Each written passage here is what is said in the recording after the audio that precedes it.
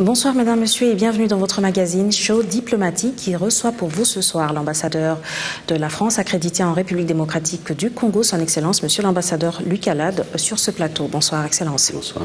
Vous n'êtes plus une personne à présenter, vous êtes ambassadeur de la France accrédité en République démocratique du Congo, mieux connu sur l'espace médiatique congolais. Alors je m'en vais vous poser la première question. Quel bilan faites-vous de la coopération bilatérale qui existe entre votre pays et la RDC depuis votre arrivée ici à Kinshasa? Un bilan positif, heureusement.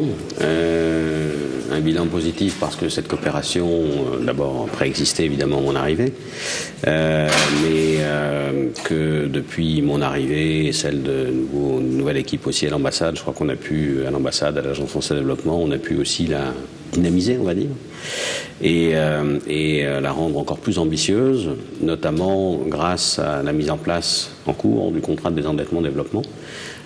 Madame Benguigui, notre ministre délégué à la francophonie, a signé avec le ministre des Finances Kitebi en juillet dernier un contrat de désendettement développement qui porte sur 3 ans et demi dans un premier temps, sur 106 millions d'euros. Donc ça va nous permettre d'augmenter considérablement notre volume d'intervention et d'améliorer nos capacités d'appui des efforts de développement du gouvernement congolais. On vous a vu récemment à la télévision, vous avez parlé de la formation que la France voudrait apporter aux enseignants congolais en matière de nouvelles technologies, donc des tableaux numériques. Au Nord Kivu, la province orientale, le Katanga. Pourquoi vous avez choisi seulement ces 3 provinces? Vous pensez que le centre n'est pas intéressé par cette nouvelle technologie? Parce que maintenant, toutes les actions de la coopération internationale est beaucoup plus axée vers l'Est de la République démocratique du Congo aujourd'hui.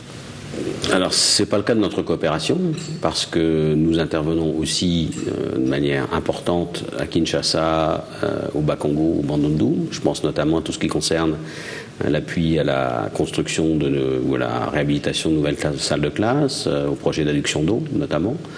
Le paradoxe de la RDC, c'est que c'est un pays immense et qu'à chaque fois qu'on intervient quelque part, la réflexion que vous venez de faire se pose dans un sens ou dans l'autre. C'est un peu injuste. Mais pourquoi vous le faites ici et pas ailleurs?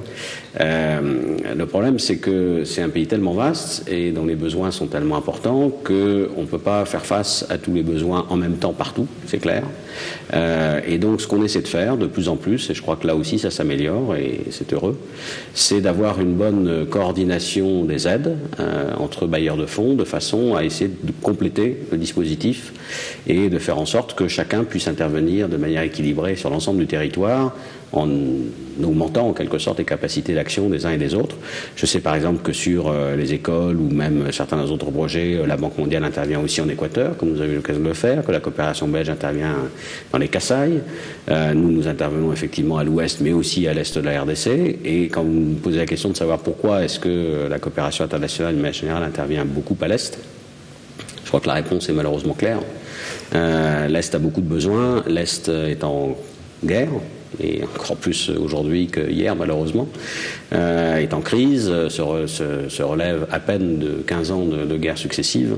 Nous allons en parler. Et donc on peut estimer, justifier quelque part qu'il y ait une attention particulière de la communauté internationale sur la situation des populations à l'Est. Très bien. Parlant de la coopération économique, quelles sont les entreprises qui sont représentées, les entreprises françaises, je voulais dire, qui sont représentées ici en RDC?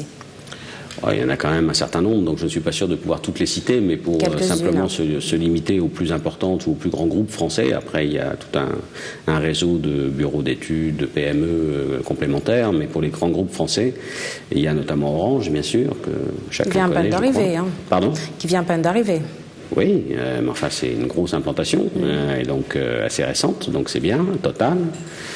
Bolloré, Bivac, le groupe Veritas, donc ça fait Perenco, bien sûr, qui est le principal exploitant pétrolier, producteur, et le seul d'ailleurs producteur de pétrole actuellement en République démocratique du Congo. Donc ça fait quand même un certain nombre. Et puis il y a Areva qui est revenu, enfin qui n'est pas encore en activité industrielle, mais qui est revenu Elle hésite pour un la peu. prospection. Pardon ? Elle hésite, Areva. Oui, enfin, il y a eu une période où effectivement il y a eu un stand-by, on va dire, dans les activités d'Areva. Récemment, il y a eu une mission qui est revenue au Katanga, effectivement, pour reprendre la prospection ou l'exploration des ressources potentielles disponibles en uranium. Donc tout ça fait que on constate, il y a la RATP, bien sûr, qui est également implantée. Il y a Bouygues qui développe des projets ici. Il y a Alpha Airport qui construit l'aérogare modulaire à Njili. Donc moi, ce que je constate depuis que je suis arrivé, et je ne veux pas faire forcément de lien direct avec le fait que je sois là, mais simplement le fait que la situation économique de la RDC s'améliore, c'est qu'il y a de plus en plus d'investisseurs français qui s'intéressent au marché congolais, qui s'y implantent même. On n'a pas cette impression-là aujourd'hui. Est-ce que c'est parce que l'ambassade de France ne communique pas assez avec les investisseurs français? Vous laissez la place aux Chinois, aux Indiens, aux Libanais. Encore une fois, parce que chaque année, tous les ambassadeurs qui représentent la France dans différents pays africains, vous avez une grande réunion avec le président de la République où on vous demande de mettre l'intérêt en matière de diplomatie, beaucoup plus l'intérêt économique. Est-ce que cela est respecté de votre côté? C'est une priorité qui nous a été fixée à la fois par le président de la République. Parce que les firmes françaises ne veulent pas prendre de risques en RDC. Non, bien au contraire. Encore une fois, il y a de plus en plus d'implantations françaises en République démocratique du Congo. Maintenant, c'est vrai que ce pays est considéré comme un risque. Qui ne risque rien n'a rien. Certes, ça serait anormal de le cacher. Donc il faut continuer et progresser encore sur le climat des affaires, sur la lutte contre la corruption. D'ailleurs, le président l'a lui-même dit dans son récent discours devant le Congrès. Donc il faut continuer à progresser, il faut bien sûr maintenir la stabilité économique, mais aller au-delà, faire en sorte que la justice puisse fonctionner, que le droit au WADA s'implante, et tout ça permettra d'attirer plus d'investisseurs. Enfin moi ce que je constate encore une fois, même si c'est un indice de perception quelque part, c'est que chaque année, à l'occasion de cette conférence d'ambassadeurs que vous venez d'évoquer, je vais faire une présentation et avoir un échange au sein du MEDEF international avec des entreprises françaises intéressées par le marché congolais. Et chaque année, il y a de plus en plus d'entreprises qui viennent spontanément rencontrer l'ambassadeur pour échanger avec lui sur le sujet. Il y en avait 10 ou 15 la première fois où j'ai fait l'exercice avant de venir ici, au moment où j'arrivais en poste. Il y en a eu 40 la fois dernière, donc je ne désespère pas qu'il y en ait davantage encore. Madame Benguigui a également en projet de monter un forum économique France-RDC prochainement, dans les mois qui viennent. Oui. Donc tout ça participe d'un mouvement qui ne se fait pas, les résultats ne sont pas forcément sensibles du jour au lendemain, même s'il y en a déjà quelques-uns. Mais vous représentez la France ici en RDC. Vous pensez que la situation macroéconomique est aujourd'hui, comme le Premier ministre le dit, a atteint un niveau où les investisseurs ne peuvent plus douter de notre situation économique pour venir ici à Kinshasa, en RDC d'une manière générale? Vous savez, d'abord, je peux difficilement Parce que vous êtes un peu leur température. Oui, mais je peux difficilement répondre à la place d'investisseurs. Simplement, je pense qu'effectivement, ça fait maintenant plusieurs années que cette situation macroéconomique est stable et positive. Donc, ça rassure les investisseurs quelque part, mais c'est pas suffisant. Qu'est-ce qu'il faudrait encore ? Ce qu'il faudrait en plus, c'est que le climat des affaires, selon l'expression consacrée, s'améliore, c'est-à-dire qu'il y ait moins de tracasseries administratives, judiciaires, policières même quelquefois, qu'un investisseur soit rassuré sur le fait que la réglementation en matière fiscale notamment ne va pas évoluer s'il fait un investissement lourd, important, pendant toute la durée de son investissement, donc que les règles du jeu qui sont posées au départ ne vont pas varier en cours de route, que ses relations avec l'administration congolaise seront les plus fluides possibles. Donc il y a un certain nombre d'améliorations qui se mettent en place, des guichets uniques notamment dans divers secteurs qui se mettent progressivement en place. Tout ça participe d'un mouvement positif, mais il faut consolider parce que la confiance, ça se bâtit sur le long terme. Et encore une fois, il faut malheureusement se souvenir que ce pays sort de 15 années, voire beaucoup plus de crises et de mauvaise gestion, pour dire les choses comme elles sont. Et donc, c'est sur le long terme que la confiance revient. C'est qu'il y a de plus en plus d'investisseurs prêts à prendre des risques, mais il faut effectivement qu'ils soient rassurés sur le fait que l'État, le gouvernement, l'administration congolaise dans son ensemble va les accompagner. Très bien. Monsieur l'ambassadeur, nous allons évoluer. La semaine dernière, 2 sujets français ont été cités dans une affaire de fraude en matière de télécommunications. C'est le ministre de PTT qui l'a dit à la presse. Il a été découvert un cabinet d'avocats qui fabrique des SIM, SIM téléphoniques et tout un matériel pour contourner les tarifs prévus pour les appels téléphoniques internationaux. Quelle est la position de l'ambassade de France? Quelle est votre lecture en tout ça? Parce que ce sont vos sujets qui sont pointés du doigt. Oui, enfin, que ce soit des sujets français ou patagons, peu m'importe. Enfin, si ce n'est que j'aurais préféré évidemment que ce ne soient pas des Français qui soient impliqués dans cette affaire, mais encore que je crains malheureusement qu'il n'y ait pas que des Français, et qu'il y ait aussi d'ailleurs pas mal de Congolais dans cette opération.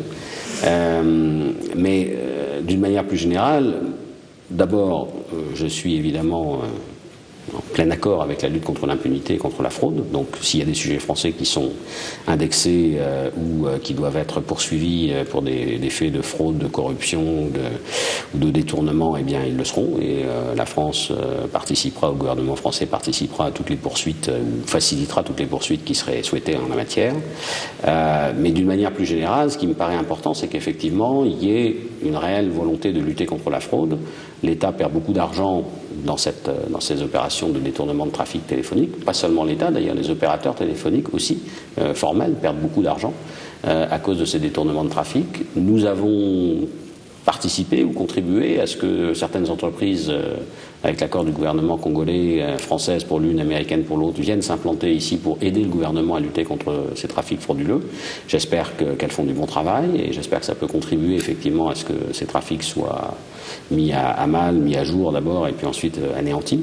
Et d'une manière générale, encore une fois, il faut que l'État mettre de l'ordre dans le climat des affaires, comme je le disais à l'instant, et donc fasse en sorte que les opérateurs formels puissent travailler sans avoir de concurrence informelle. Et là, en l'occurrence, les opérateurs de téléphonie normaux, formels, qui sont déclarés, payent leurs impôts, leurs taxes régulièrement, font face à une concurrence déloyale. L'État perd de l'argent, eux perdent de l'argent, donc le fait qu'on lutte contre ces phénomènes me paraît tout à fait sain et à encourager. Monsieur Luc Alade, aujourd'hui, quels sont vos rapports avec la maison Schengen ici à Kinshasa? Vous êtes ambassadeur. On a l'impression que vous ne communiquez pas très bien avec la maison Schengen, surtout en ce qui concerne l'obtention de visas. Le président de la République, François Hollande, avait fait une très grande ouverture lors de son discours à l'occasion du 14e sommet de la francophonie ici à Kinshasa en matière d'obtention de visas. Quels sont vos rapports aujourd'hui? Quelles sont les limites pour la France, pour la maison Schengen? Quel type de demandes de visa qui peuvent être formulées et demandées auprès de votre ambassade et quelles sont les demandes de visa qui peuvent être demandées à la maison Schengen? Comment vous collaborez? Alors, parce qu'on a l'impression que c'est un casse-tête vraiment avec les ambassades et la maison Schengen. Je ne pense pas que ce soit vraiment un casse-tête. Peut-être qu'effectivement les règles ne sont pas suffisamment bien connues. Pour ce qui nous concerne, au moins, elles sont simples. Nous sommes l'exception et la maison Schengen est la règle. Autrement dit, nous traitons maintenant à l'ambassade de France et au consulat plus particulièrement uniquement les demandes de visa de court séjour sur passeport diplomatique et les demandes de visa de long séjour pour études, pour soins, pour rapprochement familial, etc. Donc, ce qui est le plus gros contingent, si je puis dire, au nombre de demandes de visa, c'est-à-dire les visas de court séjour classiques, sur passeport ordinaire ou de service, sont traités par la maison Schengen de Kinshasa, qui est, comme vous le savez, administrée, gérée par nos collègues et amis belges. Alors, ça peut peut-être induire en erreur un certain nombre de demandeurs qui se demandent encore quelquefois où est-ce qu'ils doivent aller pour déposer leur demande de visa. C'est parce que vous ne communiquez pas bien ou parce qu'ils sont mal informés? Peut-être qu'il y a effectivement un défaut de communication et on ne communique jamais assez de toute façon pour que les gens soient correctement informés. Mais je crois aussi que du côté de nos collègues de la maison Schengen de Kinshasa, à qui on jette assez facilement la pierre, il faut quand même constater que le problème de la lutte contre la fraude, là aussi, est un problème difficile et sérieux. Nous l'avons vécu nous-mêmes quand nous administrions nous-mêmes les demandeurs de visa, ou les demandes de visa. Maintenant, c'est effectivement nos amis belges à la maison Schengen qui le font, mais ils n'ont pas une tâche facile, c'est clair. Je ne prendrai qu'un seul exemple, l'exemple des sportifs qui sont allés aux Jeux de la francophonie. Dieu sait qu'il y a eu un nombre d'interventions considérables, tant auprès des autorités belges ici que... Vous avez délivré 84 visas sur les 106. Ici, etc. Et malheureusement, le résultat a été que sur le nombre de sportifs congolais qui sont partis, un certain nombre ne sont pas revenus. Donc, on peut aussi comprendre, et je peux très bien comprendre, en tout cas en ce qui me concerne, que même si la politique officielle est de faciliter la circulation des artistes, des scientifiques, des hommes d'affaires, etc., c'est clair. Il n'empêche qu'il se trouve que malheureusement, et au risque de me répéter parce que je l'ai déjà dit X fois, malheureusement, au moment où on délivre effectivement ces visas, on s'aperçoit qu'un certain nombre de gens soit présentent des faux papiers, soit essaient de tricher, soit cachent leur intention réelle qui est restée. Parce qu'il y a des personnes correctes qui viennent se présenter à l'ambassade pour formuler, pour demander les visas. Toutes les personnes correctes paient en quelque sorte pour un certain nombre de fraudeurs. Et malheureusement, il y en a. Je vais vous donner un exemple très, très anecdotique, mais en même temps révélateur. Dans les visas, dans les demandes de visas que nous traitons, il y a celle pour études. Il se trouve que nous avons renforcé cette année les contrôles que nous effectuons sur la validité des diplômes qui sont présentés par un certain nombre de jeunes gens qui souhaitent aller poursuivre des études en France. Eh bien, le résultat, malheureusement, de ce contrôle renforcé a été que beaucoup de visas ont été refusés parce que nous nous sommes aperçus que les diplômes qui étaient présentés étaient des faux. Bon, alors ça ne surprendra certainement pas la moyenne des Congolais qui nous écoutent ou qui nous regardent. Pourquoi vous dites ça ?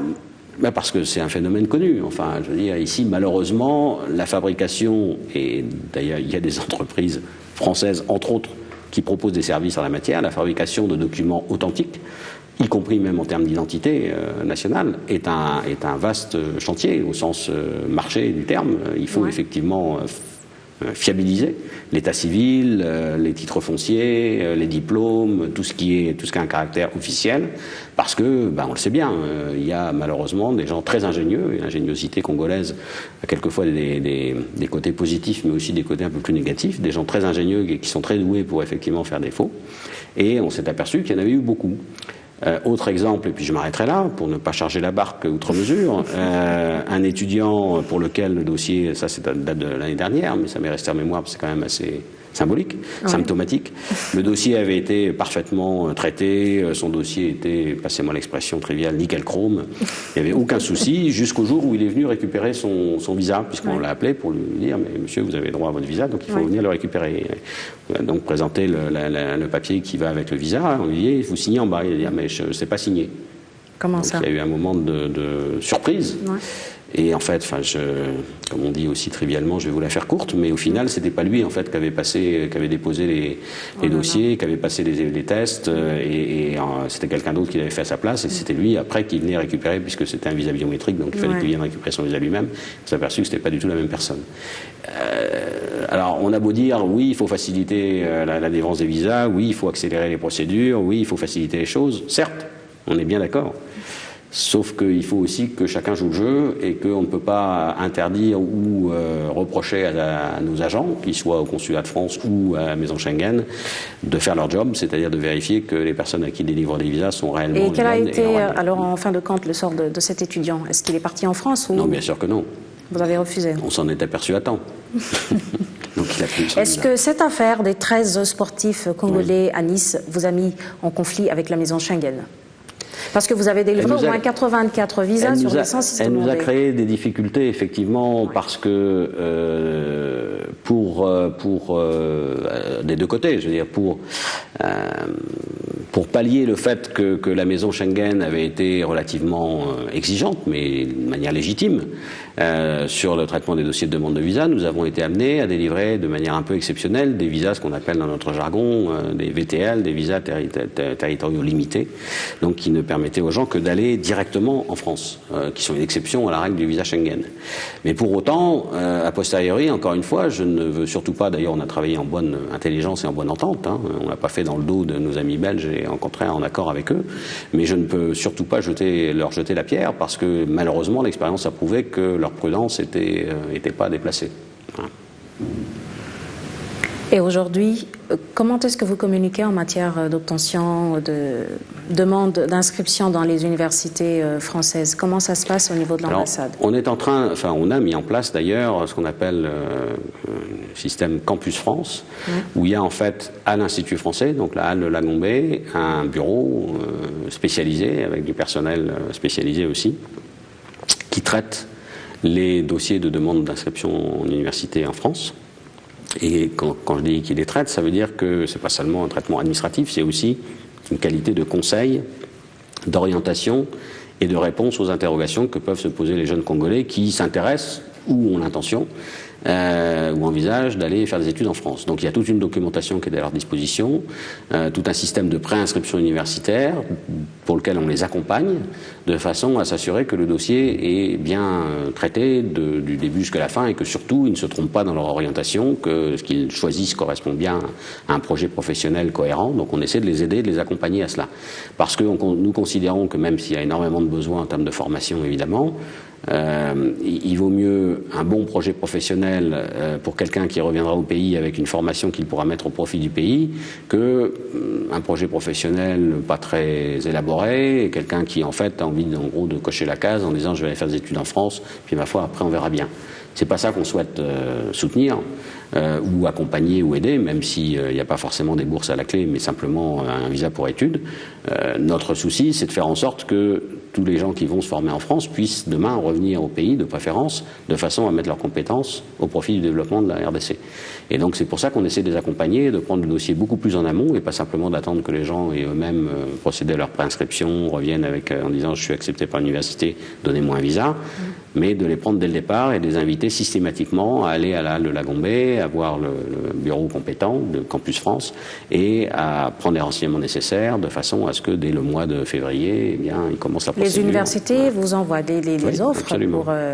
Absolument, ouais. On a tous les éléments nécessaires pour pouvoir renseigner les gens en fonction du parcours ou du projet professionnel qu'ils poursuivent. Savoir où les orienter, vers quels instituts, vers quelles universités, vers quels établissements on peut éventuellement les orienter. Parce que quelquefois, enfin vous le savez certainement aussi bien que moi, mais quelquefois les gens choisissent aussi, entre guillemets, une université ou un établissement parce que leur frère, leur sœur habitent dans le coin, ou leur oncle, ou leur tante, que sais-je. Alors c'est vrai que c'est pratique. Logique, non? Oui, il y a une certaine logique d'un côté pratique, mais en même temps, on ne choisit pas d'aller faire psychologie plutôt que mathématiques parce que vous avez votre cousine ou votre oncle qui habite pas très loin de l'université en question. Il faut aussi que ça s'insère dans un projet professionnel. Donc, je prends des exemples un peu caricaturaux volontairement, mais il faut qu'on soit capable d'accompagner les étudiants pour que, effectivement, ils arrivent à mettre en adéquation à la fois leurs contraintes personnelles, mais aussi leur projet professionnel et essayer de trouver le meilleur compromis entre les deux. Vous savez, là encore, quelquefois, on s'est aperçu qu'il y avait des gens qui s'inscrivaient, qui avaient une inscription universitaire à Limoges avec un certificat d'hébergement à Paris. Bon, voilà. Je sais bien que le réseau ferroviaire français se développe beaucoup et qu'il est de plus en plus rapide, mais enfin quand même, il y a un problème logistique quelque part qui se pose. Donc là aussi, ça fait partie des choses qu'on essaie d'éviter en amont pour que les gens ne soient pas déçus après quand on leur dit, ben non, ça ne peut pas coller votre truc. Voilà. Nous allons avancer dans notre entretien. Nous allons parler de la question de l'immigration en France aujourd'hui. Une affaire qui a vraiment fait un tollé en France avec l'expulsion de la collégienne kosovare. Elle était dans ses activités écolières et la police est venue la prendre pour l'expulser. Et le ministre de l'Intérieur, Manuel Valls, a pris part de la police française. Mais il s'est avéré que le président de la République et sa compagne se sont également exprimés. Aujourd'hui, François Hollande a accordé une mesure de grâce à la collégienne. Elle devra retourner en France pour poursuivre ses études. Mais devrait-elle revenir, elle est encore mineure, elle a 16 ans, devrait-elle revenir en France toute seule et laisser ses parents dans leur pays d'origine? Comment vous trouvez... Le président de la République s'est exprimé, je ne vais pas ajouter à ce que le président de la République lui-même a dit ou commenter ce que le président de la République a décidé de faire. Je crois que dans cette affaire, effectivement, il a pris une mesure, on va dire, humaine, qui consiste à dire que cette jeune collégienne... Ça fait beaucoup de débats en France. Hein. Oui, bien sûr, mais comme beaucoup de ces sujets qui sont extrêmement sensibles, simplement sont des sujets qui font souvent réagir de manière un peu spontanée et très sensitive beaucoup de gens. Quelquefois aussi qui donnent lieu à des prises de position politiques des uns ou des autres en fonction du contexte, du moment, mais sont des sujets qu'il faut essayer, dans la mesure du possible, de traiter de manière raisonnée et raisonnable, et pas forcément sous l'impact du sentiment ou de la réaction épidermique ou immédiate, même si en l'occurrence c'était un cas effectivement un peu douloureux. Il y a eu une enquête administrative qui a conclu que toutes les procédures avaient été suivies normalement, qui a aussi effectivement indiqué que la police avait manqué de discernement en allant chercher cette jeune fille dans une sortie scolaire. Oui, bon, mais chacun doit pouvoir reconnaître ses fautes, et on les reconnaît volontiers, y compris en France. Donc il y a eu une erreur, non pas dans le traitement administratif du dossier, mais dans la manière dont la jeune fille a été invitée à quitter le territoire français. Le président de la République a décidé de lui offrir la possibilité de revenir. Après, c'est à elle, effectivement, en liaison avec sa famille, de décider de ce qu'elle voudra faire. Mais je crois qu'il faut bien voir qu'au-delà de l'aspect événementiel, si je puis dire, de ce qui a provoqué toute cette réaction en chaîne, ça fait quand même 4 ans de mémoire que cette famille était en France, que toutes les voies de recours avaient été utilisées, et manifestement et malheureusement, on ne peut pas dire que la volonté d'intégration était clairement démontrée de la part de la famille. Je ne parle pas de la jeune fille en question, qui elle était scolarisée effectivement, mais de la famille. Et vérification faite, comme vous le savez certainement, ils étaient auparavant en Italie. En Italie, des problèmes analogues au moins se sont posés. Donc tout ça amène à penser que le cas était peut-être pas aussi maltraité qu'on a bien voulu le dire au départ. Simplement, il y a eu peut-être une erreur effectivement de jugement ou de perspicacité dans le moment qu'a été choisi. Le président de la République s'est exprimé, a pris une décision en tant que responsable politique. Je ne sais pas commenter davantage. Et aujourd'hui, la manière dont la France intervient dans différents pays, plus précisément en Afrique, puisque la France lutte contre le terrorisme, on a vu aujourd'hui les frappes des Chebabs, comment la France intervient au Mali, en Nairobi, et les Chebabs qui ont frappé un centre commercial à Nairobi, en visant la France aujourd'hui. Comment la France interprète, comment elle prend compte, elle tient compte de toutes ces répercussions dans sa manière à elle de lutter contre le terrorisme? Parce que c'est la France qui est visée. Oui, enfin pas la France d'ailleurs, je ne sais pas s'il faut s'en féliciter ou pas, mais en tout cas, d'une manière générale, sont souvent des pays ou des intérêts occidentaux qui sont visés, mais pas seulement. Et d'ailleurs, quand on attaque un centre commercial à Nairobi, les premières victimes, elles sont kenyanes. Elles ne sont pas ni françaises, ni américaines, ni britanniques, ni quoi que ce soit, même s'il y en a malheureusement. Mais elles sont avant tout kenyanes. De la même façon qu'au Mali, les premières victimes du terrorisme, c'était les Maliens, et notamment les Maliennes d'ailleurs, et ainsi de suite. Je veux dire, quand il y a du terrorisme au Moyen-Orient, les premières victimes, ou quand il y a une guerre quelque part, les premières victimes sont les populations civiles du lieu où ça se passe. Donc, on n'est évidemment pas les seuls visés par le terrorisme. Le terrorisme, on le qualifie souvent d'ailleurs... Parmi les principaux, quand même. Oui, enfin, le terrorisme, on le qualifie souvent justement d'aveugle, parce qu'il consiste en fait à tuer les gens de manière indiscriminée, simplement pour prétendre vouloir faire passer un message. Et le message, en fait, qui passe, c'est un message de violence et d'intolérance. Donc, qu'est-ce que nous faisons, nous, France, pour lutter contre le terrorisme avec les autres pays concernés, aussi bien alliés occidentaux que pays en développement, en Afrique ou au Moyen-Orient ou ailleurs? Eh bien, on essaie d'abord d'avoir une bonne coopération entre les différents services de renseignement, et puis, quelquefois, malheureusement, quand on arrive à une extrémité où il n'y a pas d'autre choix possible ou solution que d'intervenir de manière forte et militaire, eh bien, là, c'est le président de la République, chef des armées, qui décide effectivement de ce qu'il doit faire. Il l'a fait au Mali, je crois, très courageusement et de manière efficace, puisque nos armées ont heureusement prouvé leur valeur, pas seulement les nôtres d'ailleurs. La guerre n'est pas finie, elle continue. Mais la guerre contre le terrorisme, je crains malheureusement qu'elle ne soit pas près d'être terminée. Parce que c'est quelque chose qui se développe. C'est un peu, pour prendre une image, une expression un peu toute faite, galvaudée, mais comme un cancer qui s'étend petit à petit. Et je crois qu'il ne faut pas seulement que les dirigeants soient vigilants, mais aussi que les sociétés soient vigilantes elles-mêmes. Aucune société aujourd'hui, compte tenu du phénomène de ce qu'on appelle la mondialisation, n'est à l'abri du terrorisme. Pas plus la société congolaise que les sociétés françaises, américaines ou autres, ou même chinoises ou russes. Est-ce que ce n'est pas par souci de préserver vos intérêts en Afrique, lorsque vous intervenez dans toutes ces guerres, alors toutes ces répercussions retombent un peu sur le peuple africain, mais la manière dont la France intervient Donc, je vais vous renvoyer la question. Quels intérêts, selon vous, avez-vous à malheureusement, ici, préserver c'est moi au qui Mali? pose la question. Oui, mais justement, de temps en temps, il faut un peu changer d'ordre. Je ne suis pas certain qu'en allant effectivement déloger des terroristes dans le nord du Mali, on ait eu des intérêts économiques, si c'est à ça que vous pensez, particuliers à préserver. Oui, c'est Est-ce qu'on avait des intérêts politiques particuliers à préserver? Je ne suis pas certain non plus. Il se trouve qu'au moment où c'est arrivé, malheureusement, personne d'autre que la France était en mesure de réagir et de prendre une décision suffisamment rapidement. Vous êtes sûr que ce sont des décisions politiques, hein? Oui, mais de très haut niveau. Je suis pas, les pays africains, les pays voisins du Mali voudraient bien intervenir.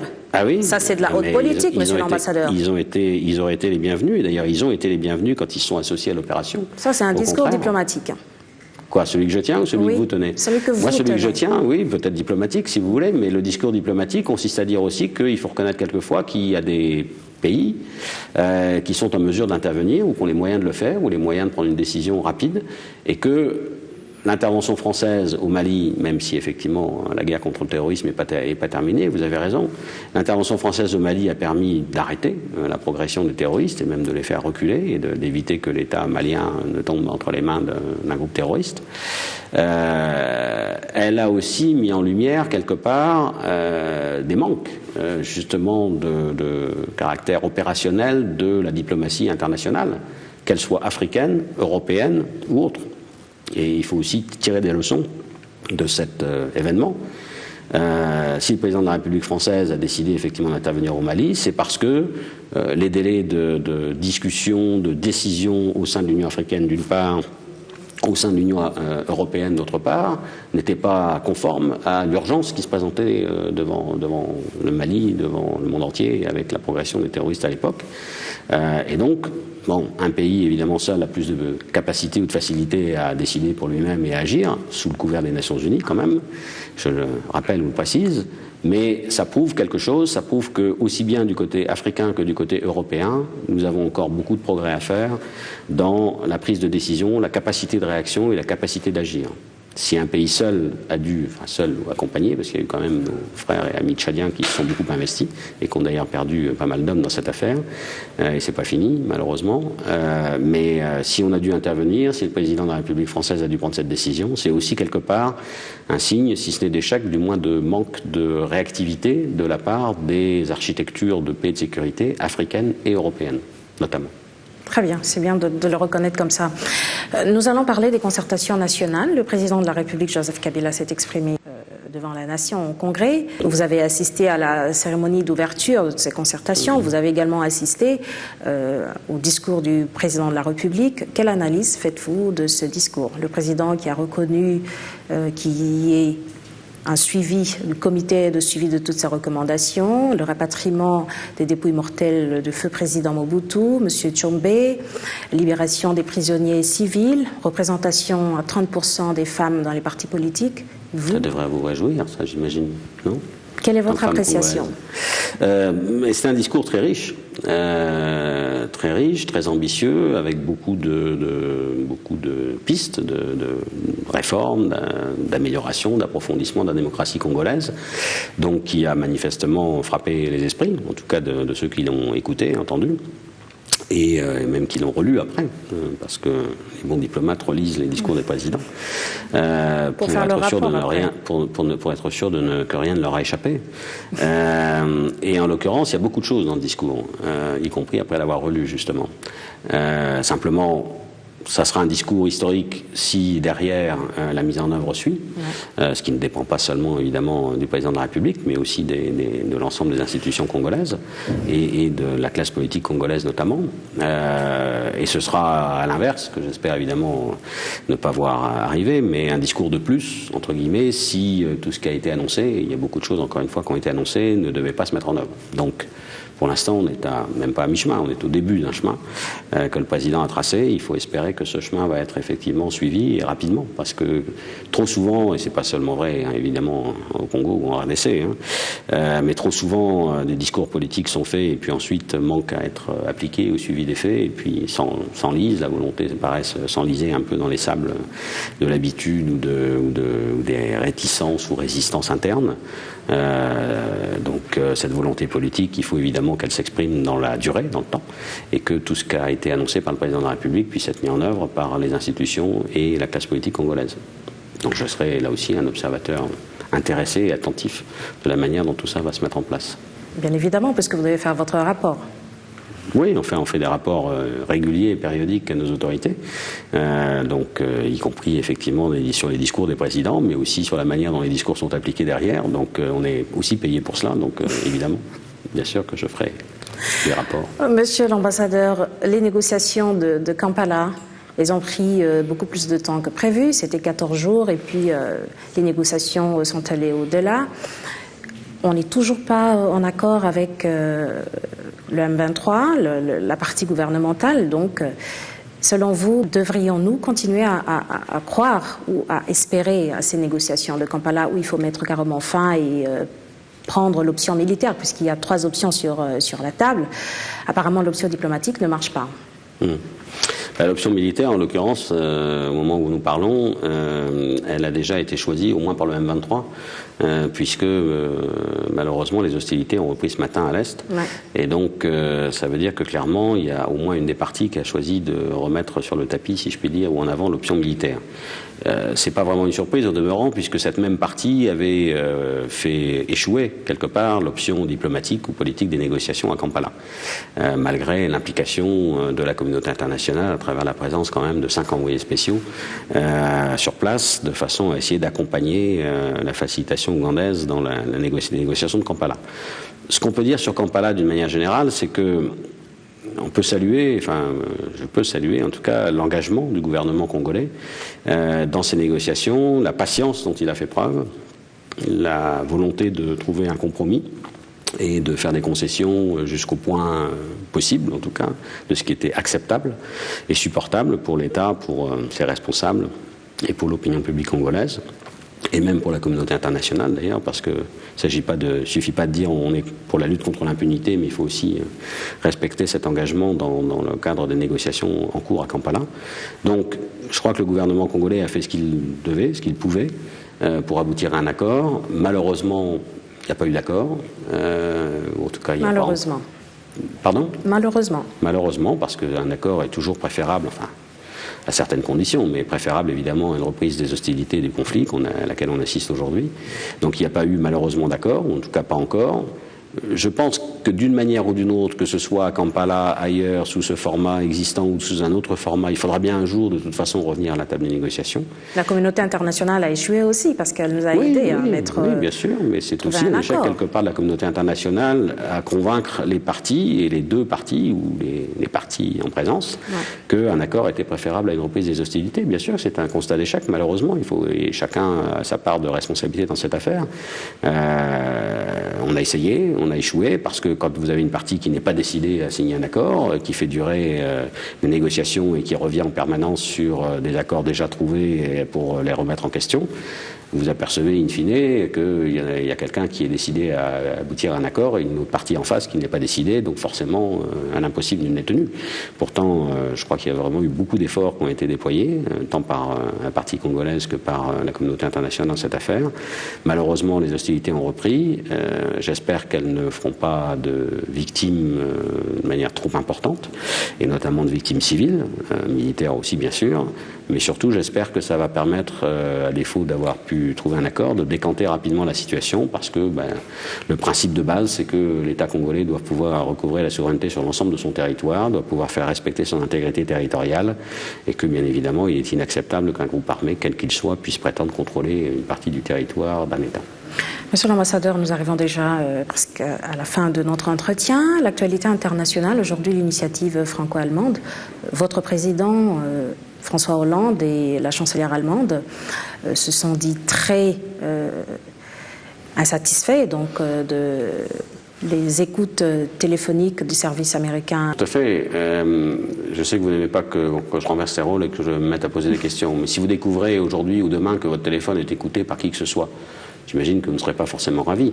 De même que si moi je m'aperçois que mon téléphone est écouté, que ce soit par un service congolais, français, américain, anglais, russe ou que sais-je, je ne serai pas forcément très satisfait non plus. A fortiori, évidemment, quand il s'agit de président de la République, de chef d'État, ou d'une chancelière allemande, ou d'un président de la République française, ou de que sais-je, puisqu'on parle de 35 hauts responsables qui auraient pu être éventuellement écoutés.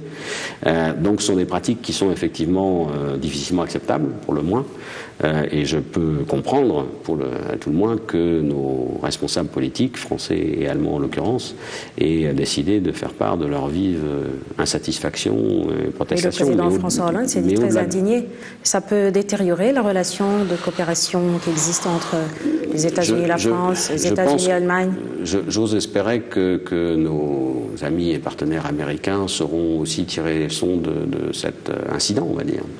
Il y a un équilibre qui est toujours difficile à trouver et qui n'est jamais parfait à trouver entre les soucis de sécurité nationale et internationale, puisqu'on collabore aussi quand même entre services de sécurité, et puis la protection de la vie privée, des données personnelles. C'est un peu le voleur-volé.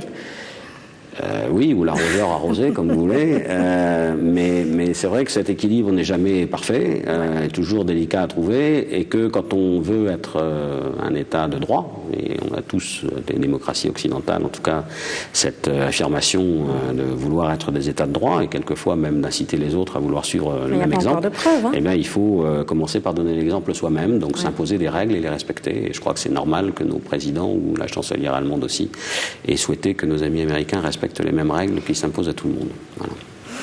Merci, Monsieur l'Ambassadeur, d'avoir répondu à notre entretien. Je rappelle à tous nos chers téléspectateurs que je venais donc de m'entretenir avec l'ambassadeur de France accrédité en RDC, son Excellence, Monsieur l'Ambassadeur Louis Calade. Avec lui sur ce plateau, nous avons fait le bilan de la coopération bilatérale qui existe entre la France et la République démocratique du Congo. Nous avons parlé de la question de l'immigration en France et nous avons survolé l'actualité brûlante de l'heure. Merci de nous avoir suivis. Ne ratez pas votre programme chaque mercredi à 20h sur B1 Télévision, la chaîne satellitaire. Bonsoir.